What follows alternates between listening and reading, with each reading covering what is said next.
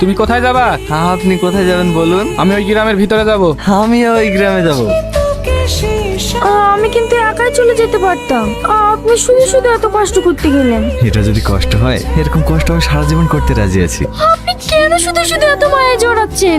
আর 3 দিন বাদ দিয়ে আপনার বিয়ে, আমরা কোনোদিনও এক হতে পারবো না। সাথী সত্যিই আপনাকে অনেক ভালোবাসে, আপনারা অনেক সুখী হবেন।